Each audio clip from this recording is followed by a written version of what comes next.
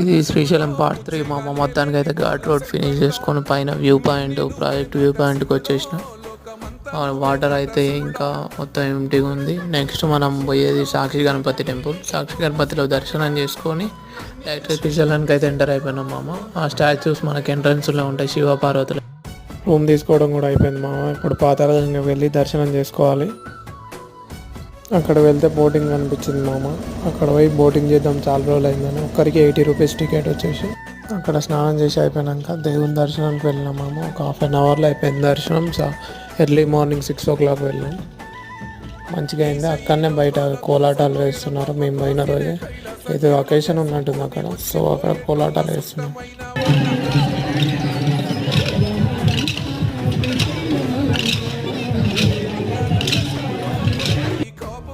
Thank you.